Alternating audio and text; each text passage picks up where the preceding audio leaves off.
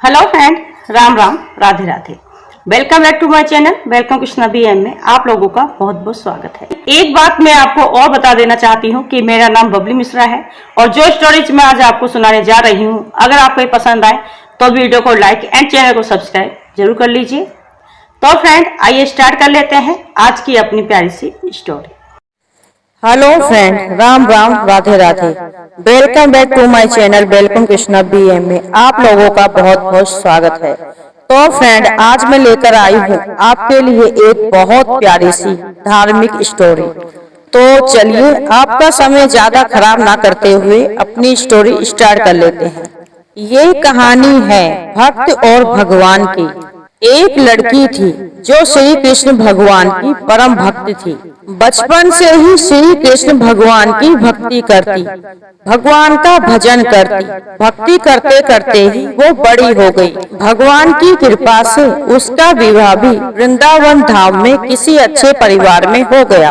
विवाह होने के बाद पहली बार वृंदावन गई, लेकिन नई दुल्हन होने की वजह से वो कहीं जा ना सकी और अपने मायके चली गई। धीरे धीरे एक दिन वो दिन भी आया जब उसका पति उसे लेने उसके मायके आया। अपने पति के साथ वो फिर वृंदावन पहुंच गई। पहुंचते पहुंचते उसे शाम हो गई। पति वृंदावन यमुना जी के किनारे पहुंचकर कहने लगा कि तुम इस पेड़ के नीचे बैठो और मैं यमुना जी में स्नान करके अभी आता हूँ, क्योंकि शाम हो चुकी है। तुम सामान की देख रेख करो, मैं अभी थोड़ी देर में ही स्नान करके आ जाऊंगा। मैं यही सामने स्नान कर रहा हूँ, अगर कोई परेशानी लगे तो आवाज दे देना, मैं तुरंत आ जाऊंगा। ऐसा कहते हुए उसका पति यमुना जी में स्नान करने चला जाता है। वो लड़की सामान लेकर पेड़ के नीचे बैठ जाती है।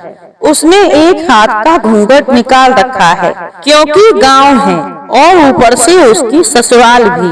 और मन ही मन अपने मन में विचार कर रही थी कि देखो ठाकुर जी की कितनी कृपा है।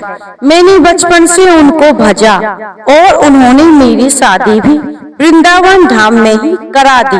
प्रभु कितने प्यारे और कितने दयालु हैं। मैं बचपन से ठाकुर जी को मानती हूँ, मगर आज तक उनसे मैंने कोई रिश्ता नहीं जोड़ा। फिर मन में सोचती है कि ठाकुर जी कितने वर्ष के होंगे, शायद 16 वर्ष के होंगे ठाकुर जी, और मेरे पति 20 वर्ष के हैं।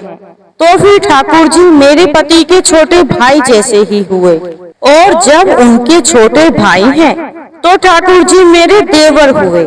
आज से ठाकुर जी मेरे देवर हैं। अब तो वो ठाकुर जी से नया संबंध जोड़कर बड़ी प्रसन्न हुई और ठाकुर जी से कहने लगी कि देखो ठाकुर जी, आज से मैं तुम्हारी भाभी हूँ और तुम मेरे देवर हो। एक दिन वो समय भी जरूर आएगा जब तुम मुझे भाभी भाभी कहकर पुकारोगे। वो ये सब कुछ सोच ही रही थी कि तभी 15-16 साल का बालक आकर उसे भाभी भाभी कहकर पुकारने लगता है। तभी वो लड़की अचानक अपने भाव से बाहर निकली और उसने सोचा कि मैं तो वृंदावन में नई नवेली दुल्हन हूँ, मुझे तो यहाँ कोई जानता भी नहीं, फिर मुझे भाभी भाभी कहकर कौन पुकार रहा है। वो नई नवेली दुल्हन थी, इसलिए घूंघट उठाकर नहीं देखा।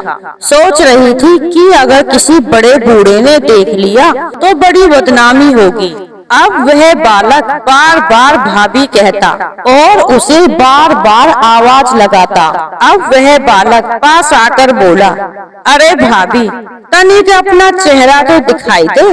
अब वह सोचने लगी, अरे ये बालक तो बड़ा जिद्देल है, इसलिए कसकर अपना घूंघट पकड़कर बैठ गई, कहीं ऐसा ना हो घूंघट उठाकर देखने लगे। लेकिन उस बालक ने जबरदस्ती घूंघट उठाया और चेहरा देखकर भाग गया।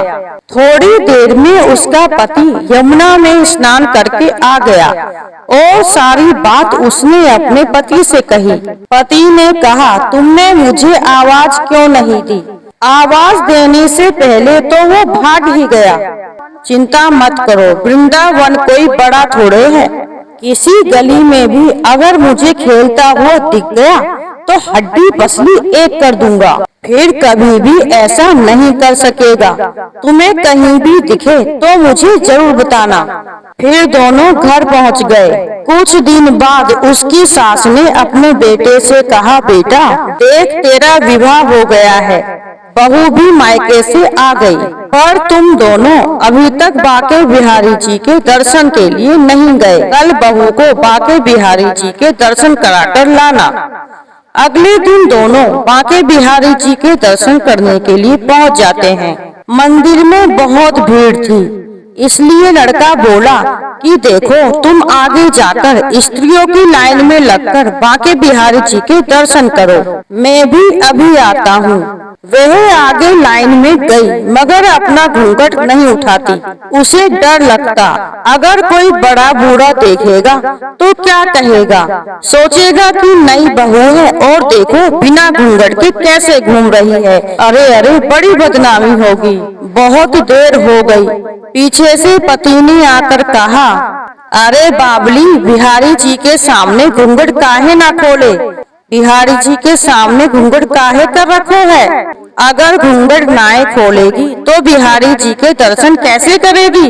अब उसने अपने पति के कहने पर घूंघट उठाया और घूंघट उठाकर जैसे ही बांके बिहारी जी की तरफ देखा तो वही बालक बांके बिहारी जी की जगह पर मुस्कुराता हुआ दिखा, तो एकदम से चिल्लाने लगी, सुनिए तो, जल्दी आओ जल्दी आओ। पति उसकी आवाज सुनकर जल्दी से पीछे से भागा भागा आया और बोला, क्या हुआ?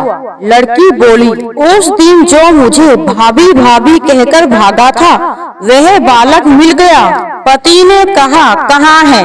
अभी उसे देखता हूँ। तो ठाकुर जी की तरफ इशारा करते हुए बोली, ये रहा, आपके सामने ही तो है। उसके पति ने जो देखा तो अवाक रह गया और बोला, तुम धन्य हो, वास्तव में तुम्हारे हृदय में सच्चा भाव ठाकुर जी के प्रति है।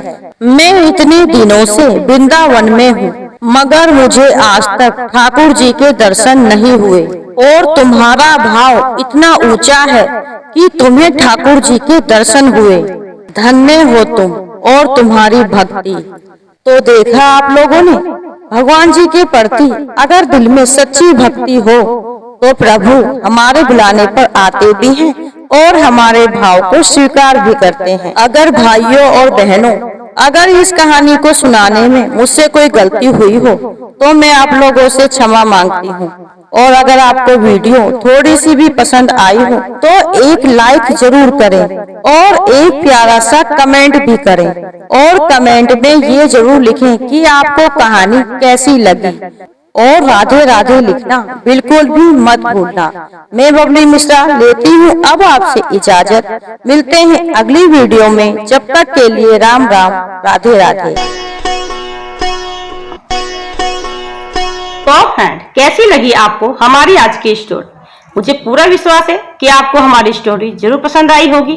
तो आप लोग वीडियो को लाइक एंड चैनल को सब्सक्राइब करना बिल्कुल भी मत भूलना। मैं बबली मिश्रा लेती हूँ अब आपसे इजाजत। मिलते हैं अगली वीडियो में, जब तक के लिए राम राम, राधे राधे।